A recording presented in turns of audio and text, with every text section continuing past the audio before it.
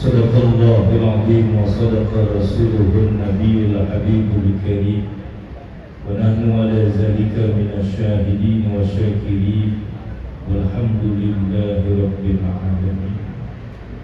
Terima kasih kami ucapkan kepada guru kita yang telah membacakan ayat suci Al-Quran.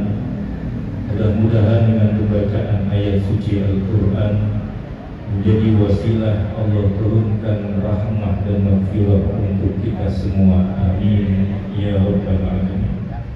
Masyaallah hadirin jamaah yang dimuliakan Allah, selanjutnya marilah sama-sama kita dengarkan ceramah agama ataupun mau'izatul hasanah, hikmah peringatan haul. Yang pertama yang insya Allah akan disampaikan oleh guru kita Al-Mukarram Sahibul Fadilah Bapak Kiai Haji Asep Saifullah. Kepada beliau kami persilahkan. Sallu ala Muhammad.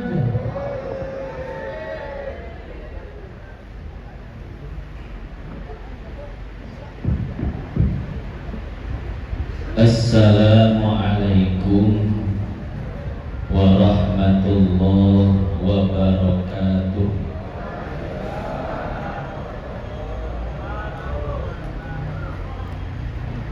Bismillah walhamdulillah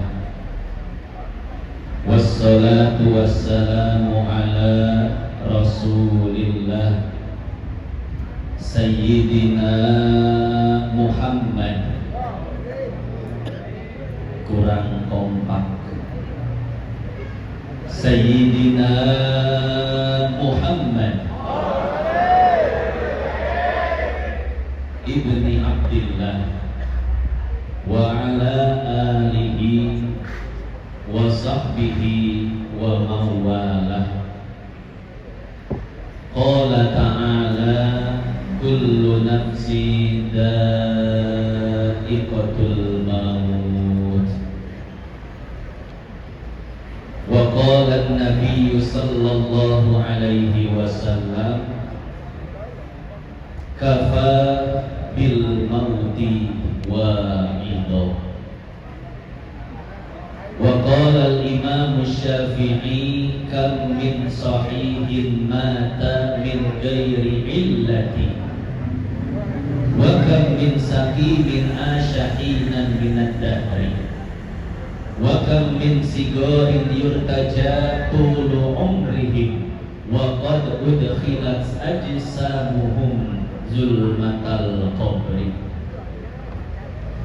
Yang saya hormati dan saya muliakan para habaib, para kiai, para ajengan, wabil khusus guru kita Al-Habib Ahmad bin Ibrahim As-Segaf, guru kita Bapak Kiai Haji Hasan Basri, guru kita Bapak Kiai Haji Ahmad Yani, guru kita Bapak Kiai Haji Ahmad Sibawai, guru kita Bapak Kiai Haji Ahmad Ghazali, guru kita Ustadz Haji Yusri, guru kita Ustadz Haji Bisri, dan guru-guru yang lainnya yang mohon maaf tidak bisa disebutkan satu persatu namanya. Para orang tua, para tokoh, para sesepuh telah hadir bersama kita, Bapak Haji Ali, Bapak Haji Ooi, Bapak Haji Danto, dan para orang tua yang lainnya. Wabil khusus sahibul bait, keluarga besar daripada almarhum al-maghfurlah Bapak Haji Abdul Rahim.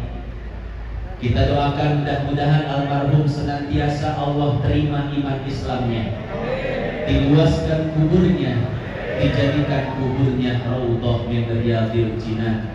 Anak-anak yang ditinggalkan menjadi anak-anak yang soleh dan solehah. Amin ya Allah ya Rabbal alamin.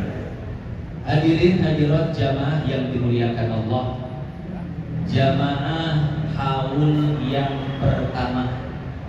Betul ya Pak Haji ya?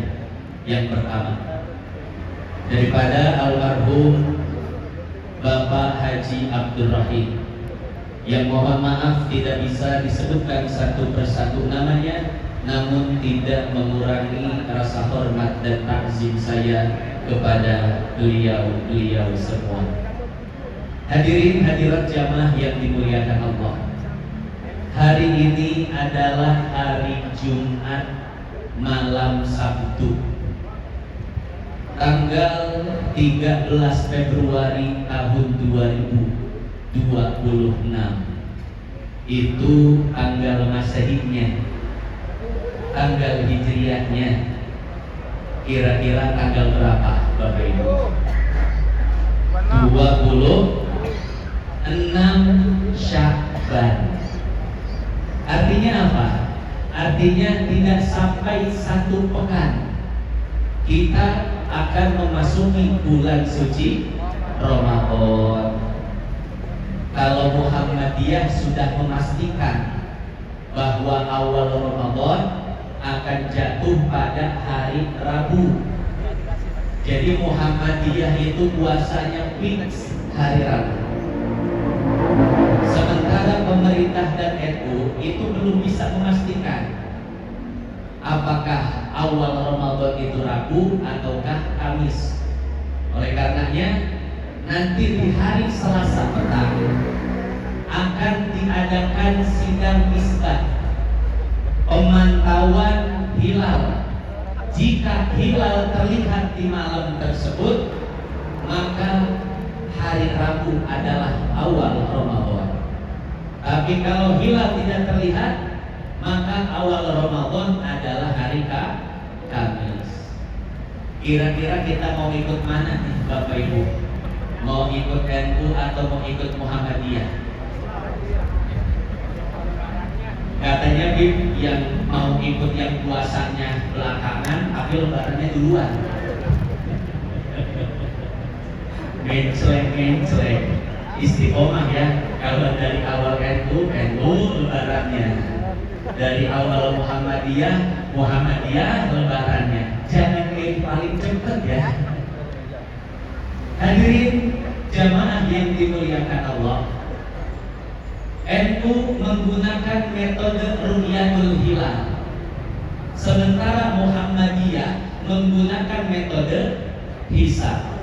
Kira-kira dari dua metode ini mana yang benar? Dua-duanya benar. Coba lihat di dalam hadis yang diriwayatkan oleh Imam Bukhari dan Imam Muslim.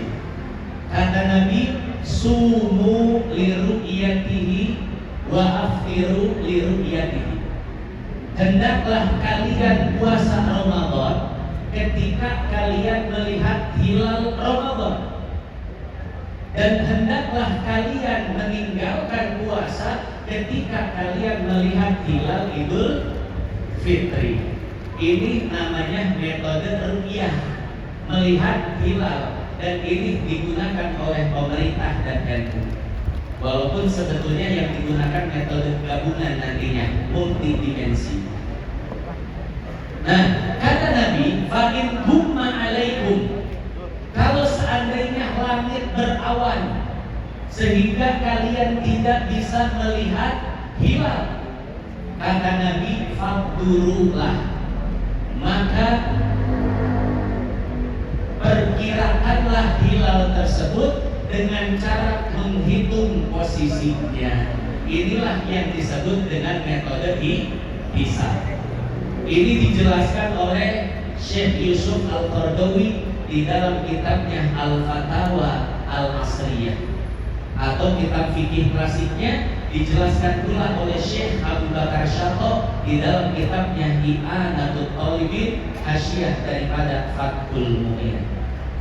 Hadirin sidang Jumat yang dimuliakan Allah, yang ingin saya jelaskan adalah bahwa metode penetapan awal Ramadan dan metode penetapan Idul Fitri hanya ada dua saja, yaitu metode ru'yatul hilal dan metode hisab. Tidak ada metode yang lainnya. Barang siapa siapa yang menggunakan metode yang lainnya, apalagi metode yang tidak bisa diverifikasi secara empiris, tidak bisa dipertanggungjawabkan secara logis. Contoh, ada orang ngaku mimpi ketemu Nabi. Pak Ustadz, semalam saya mimpi ketemu Nabi. Kata Nabi, puasa yang benar itu Selasa. Muhammadiyah Rebo, pemerintah itu Kamis misalkan, kata dia Selasa. Saya mimpi ketemu Nabi, Pak Ustadz, kira-kira percaya jangan? Jangan. Bukannya kita tidak percaya dengan bermimpi ketemu Nabi. Mimpi ketemu Nabi adalah ru'ya hak, mimpi yang benar.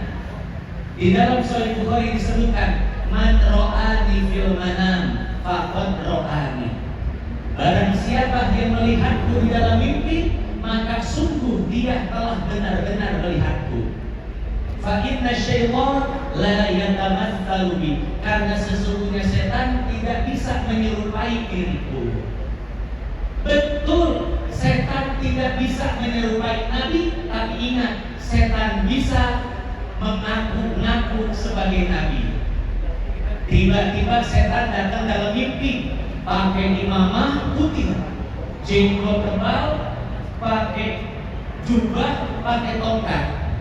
Datangnya sama orang awam yang tidak pernah mempelajari sifat-sifat dan fisik Nabi, tidak pernah mempelajari Asy-Syama'il Al-Muhammadiyah, tidak pernah mempelajari Al-Mawahib Al-Laduniyah, tidak pernah mempelajari Muhammad Insanul Kamil. Orang awam didatangi oleh sosok seperti itu, mengaku sebagai Nabi, kira-kira percaya atau enggak? Semalam saya ketemu Nabi, Bim. Gacor.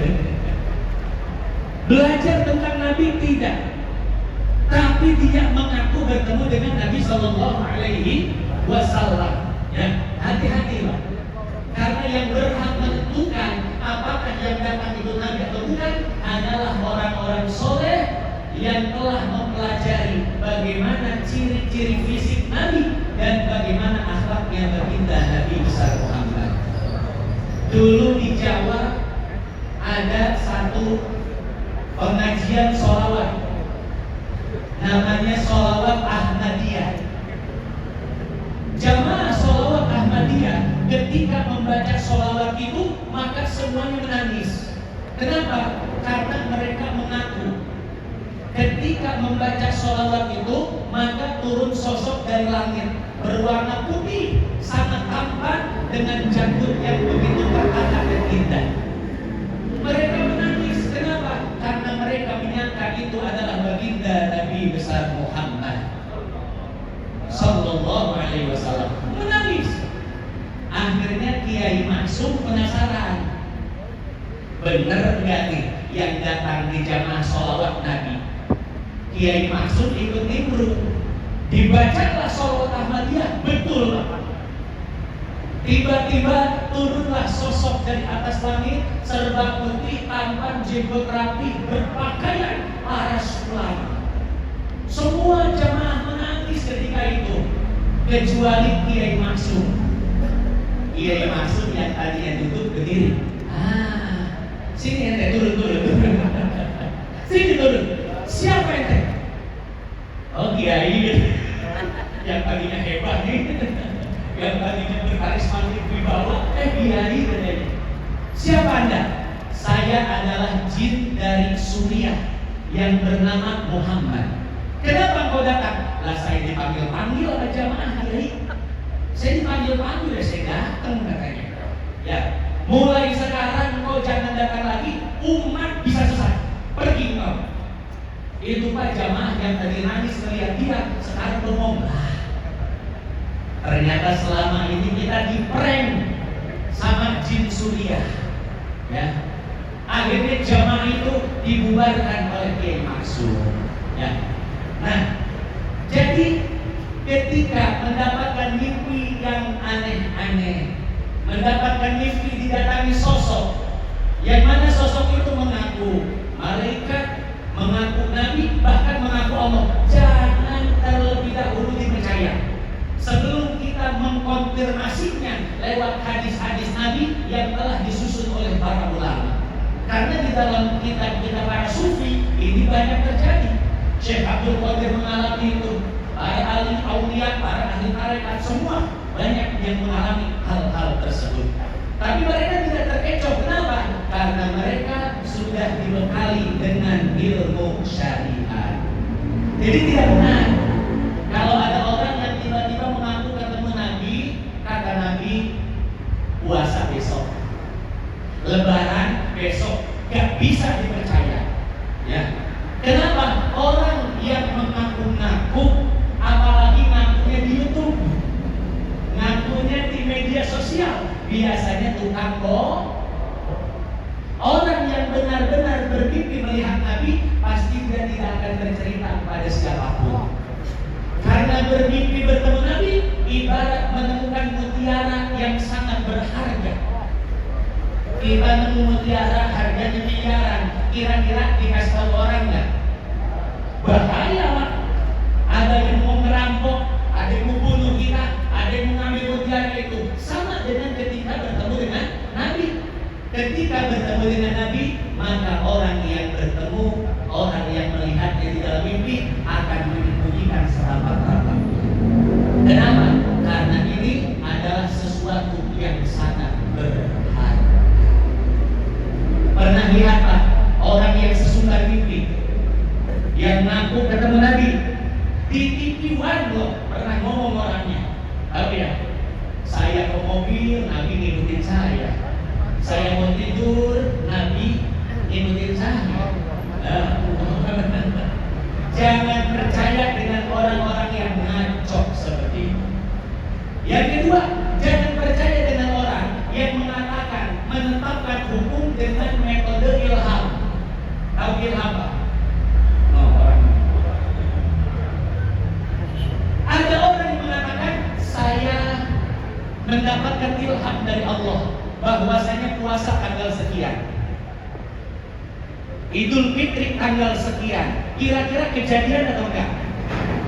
Di tahun lalu kita lihat video Pak, ada orang yang sudah sholat Idul Fitri seminggu sebelum pemerintah sholat Idul Fitri. Betul ya? Hari Jumat.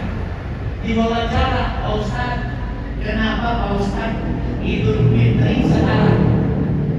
Kan pemerintah 1 minggu lagi Idul Fitrinya. Itu apa? Saya kemarin ditelepon sama Allah. Ditelepon Allah. Zaman sekarang udah canggih. Saya video callan sama Allah. Video callan. Bikin perjanjian sama nukar nakir. Tahu orangnya? Jangan sebutkan inisialnya Bukron. Inisialnya. Pokoknya itu ngamuk deh. Jangan mudah dibodohi dengan hal-hal seperti itu. Bukannya kita tidak percaya dengan ilham. Ilham itu salah satu sumber ilmu yang Allah berikan pada hamba-hambanya yang terpilih. Tapi ketika ilham digunakan untuk menetapkan hukum, itu yang tidak bisa dipercaya. Lihat di dalam kitab Al-Wajiz fi Usulil Fiqhil Islami yang dikarang oleh Syekh Ad-Duktur Muhammad Hasan Hindu. Orangnya masih hidup, umurnya 82, orang Suriah, punya sekolah tinggi di Cianjur. Namanya Sekolah Tinggi Agama Islam Imam Syafi'i. Ya, saya punya banyak teman di sana. Beliau punya sekolah tinggi di sana. Aktivitas sekarang ngajar di Indonesia, Singapura, Jerman. Saya punya salah satu kitabnya Al-Wajiz fi Usulil Fiqh Islam. Beliau mengatakan salah satu al-adillah al-mardudah, dalil yang tertolak, tidak bisa digunakan sebagai sumber penerapan hukum apa? Yaitu al-ilham. Ilham. Kata beliau, kami tidak mengingkari adanya ilham. Ilham itu benar ada, diberikan oleh Allah Subhanahu wa taala kepada hamba-hamba pilihannya. Tapi ilham itu sifatnya ambigu. Ilham itu tidak jelas sumbernya. Al-Imam Ad-Dabusi di dalam kitabnya Takwimul Adillah beliau mengatakan bahwa sumber ilham ada 4. Terkadang ilham berasal dari Allah, terkadang ilham berasal dari malaikat, terkadang ilham berasal dari iblis, setan, Dan terkadang ilham berasal dari bisikan nafsu. Sesuatu yang tidak bisa diverifikasi kebenarannya, kata beliau, tidak bisa dijadikan sebagai sumber penetapan hukum. Nah, jadi seperti itu. Ada orang yang katanya kasyaf, ada orang yang katanya jangan dipercaya. Karena penetapan awal Ramadan dan penetapan Idul Fitri metodenya cuma dua, metode ilmiah, metode ru'yatul hilal dan metode hisab. Makanya hadirin jamaah yang dimuliakan Allah, agar kita tidak mudah terjebak dengan hal-hal seperti ini. Orang-orang yang ngaku ahli tarekat, orang-orang yang ngaku ahli tasawuf, maka hal terpenting, bekal paling utama adalah bekal ilmu. Hadir di majlis-majlis ilmu. Lihat di dalam Qawaid at-Tasawuf, Al-Imam Ibnu Ajibah mengatakan bahwa tidak diperkenankan mempelajari tasawuf melainkan tasawuf tersebut dikawal dan diiringi oleh ilmu syariat. Kemudian beliau menukil kalam Imam Malik. Apa kata Imam Malik? Man tasawwafa wa lam yatafaqqah faqad tazanda. Barang siapa yang mempelajari tasawuf, ikut-ikutan thariqah, banyak-banyak zikir, banyak khalwat, akan tetapi tidak mempelajari ilmu fikih, ilmu syariat, bisa jadi dia jatuh dalam ranah zanadiqah, ranah kekufuran, ranah kemurtadan. Hati-hati. Gimana enggak murtad? Itu Allah. Gimana enggak murtad? Kemudian bukan takdir dan lain sebagainya. Ya. Kemudian yang terakhir, sebelum kita memasuki bulan suci Ramadan, maka pesan saya satu, persiapkan diri kita dengan ilmu. Kenapa dengan ilmu? Ibnu Ruslan di dalam Sumbat Bait ke-9 mengatakan wa kullu man bi ghairi ilmin ya'malu amaluhu mardudatun lah. Setiap orang beramal beribadah tanpa ilmu, amalnya tidak akan diterima, tertolak, tidak berlaku di hadapan Allah Subhanahu wa taala. Orang berwudu tanpa ilmu, wudunya tidak sah. Orang sholat tanpa ilmu, sholatnya tidak sah. Orang puasa tanpa ilmu, puasanya juga tidak sah. Lihat di dalam hadis riwayat Imam Bukhari, kata Nabi, wailun lil aqabi minan nar. Celakalah bagi tumit-tumit kaki yang tidak terbasuh air wudu. Di akhirat nanti ketika melewati sirat, dia akan tergelincir masuk ke dalam api neraka. Orang wudu Pak, tapi masuk neraka. Gimana ceritanya? Betul. Orang wudu, orang sholat, tapi neraka kata Nabi. Kenapa? Karena wudunya tidak sah. Kenapa wudunya tidak sah? Karena tidak tahu ilmu. Di dalam kitab Al-Musannaf yang dikarang oleh Al-Imam Ibnu Abi Syaibah, kata Nabi, kana rajulun yusolli sittina sana wa lam tuqbal lahu shalah. Ada seseorang yang sudah sholat selama 60 tahun tapi tidak satu pun sholatnya diterima oleh Allah. Kenapa? Yutimmu ruku'ahu wa la yutimmu sujudahu wa yutimmu sujudahu wa la yutimmu ruku'ahu. Sholatnya asal-asalan, tidak tahu rukun syaratnya, sholatnya tanpa ilmu, rajin ibadah doang tapi nggak pernah ngaji. Bayangkan Pak, orang sholat tapi masuk tanpa ilmu. Yang terakhir kata Nabi dalam An-Nasai itu aja, kata Nabi, kam min shaimin laisa lahu min siyamihi ilal jum' wal atash. Berapa banyak orang yang berpuasa tapi puasanya sia-sia, bukan ain-ain, sia-sia. Kenapa sia-sia? Tidak ada yang dia dapatkan melainkan haus dan lapar saja. Puasanya sia-sia karena dia berpuasa tanpa ilmu. Maka hadirin, yuk persiapkan diri kita untuk menyambut bulan suci Ramadan dengan persiapan ilmu. Saya dengar almarhum Haji Rohim, beliau itu bukan hanya penuntut ilmu, tapi beliau adalah donatur ilmu. Betul Pak Cina? Beliau punya majelis, beliau undang masyarakat, beliau undang ustaz untuk menuntut ilmu di majelis beliau. Ini kan donatur ilmu, bukan lagi penuntut ilmu, bukan lagi pengajar ilmu, tapi donatur ilmu. Orang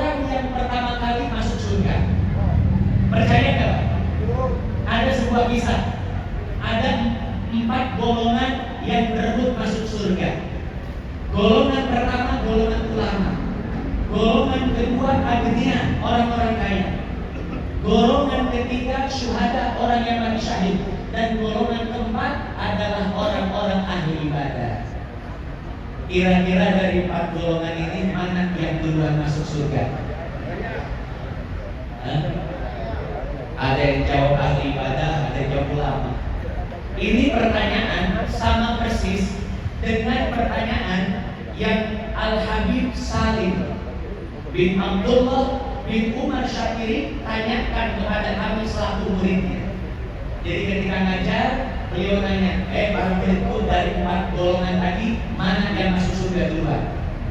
Di antara kita ada yang jawab ahli ibadah, di antara kita ada yang jawab ulama, aduh ketawa aja, salah semua. Kenapa? Kata Habib, orang yang pertama kali masuk surga adalah al-agniya, orang-orang berharta. Kalau kita protes, nggak bisa gitu. Kata Habib, begini ceritanya. Ketika ahli ibadah akan masuk surga, dicegat oleh malaikat, hei ahli ibadah, mau ngapain kau? Kata ahli ibadah, aku mau masuk surga malaikat. Kata malaikat, silakan, tapi satu pertanyaan untukmu. Siapa yang mengajarkan kepadamu tata cara ibadah sehingga ibadahmu cukup syarat, cukup rukun, diterima oleh Allah? Kata ahli ibadah, ulama ya malaikat. Kata malaikat, ya sudah, minggir dulu, ulama dulu yang masuk. Yang kedua syuhada, orang yang mati syahid, mau masuk surga. Kata malaikat, mau ngapain? Kata orang yang mati syahid, lah kita mau masuk surga. Karena kita lah orang-orang yang berjuang meninggikan kalimat tauhid ketika kita masih hidup di dunia. Maka kita berhak masuk surga. Kata malaikat, silahkan, ada satu pertanyaan. Engkau bisa memiliki keberanian yang luar biasa sehingga berjihad di jalan Allah. Ajaran siapa? Siapa yang ngajarin? Kata mereka, ulama. Ya udah, ngalah dulu sama ulama. Ulama masuk di petang tenteng. Aneh ya. Kata malaikat, ulama mau ngapain? Surga dong. Antum gak lihat tadi ngomong apa? Yang ahli ibadah bisa benar ibadahnya karena ulama. Syuhada bisa berani mengorbankan jiwa raganya, ajaran ulama. Ada ulama. Ya sudah, kata mereka, boleh masuk. Akan nanya di ulama. Waktu antum masih belajar, masih jadi santri, kira-kira siapa yang biayai? Ngerah ke ulama asal itu. Ada lupa dia yang beli kita, dia yang ngasih ongkos tiap bulan, dia yang ngedukung aneh buat belajar jauh. Akhirnya, ya sudah, wahai orang-orang kaya, silakan masuk surga. Mudah-mudahan almarhum Haji Rohim termasuk dalam cerita daripada yang cerita yang dibawakan oleh guru kita Al-Habib Salim bin Abdullah bin Umar Asy-Syakiri.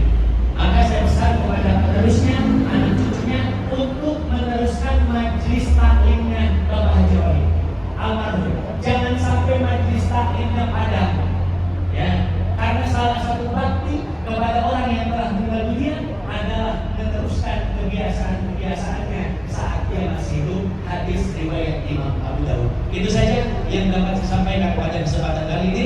Mudah-mudahan yang sedikit ini bisa bermanfaat. Mudah-mudahan kita berpisah dari tempat yang mulia ini, melainkan Allah telah mengampuni dosa-dosa kita. Allah berikan keberkahan kepada PT Dian Laksana Karya, bosnya sejahtera, karyawannya sejahtera, dunianya baik akhiratnya. Itu saja. Hadana Allah wa iyyakum ajma'in. Wassalamualaikum warahmatullahi wabarakatuh.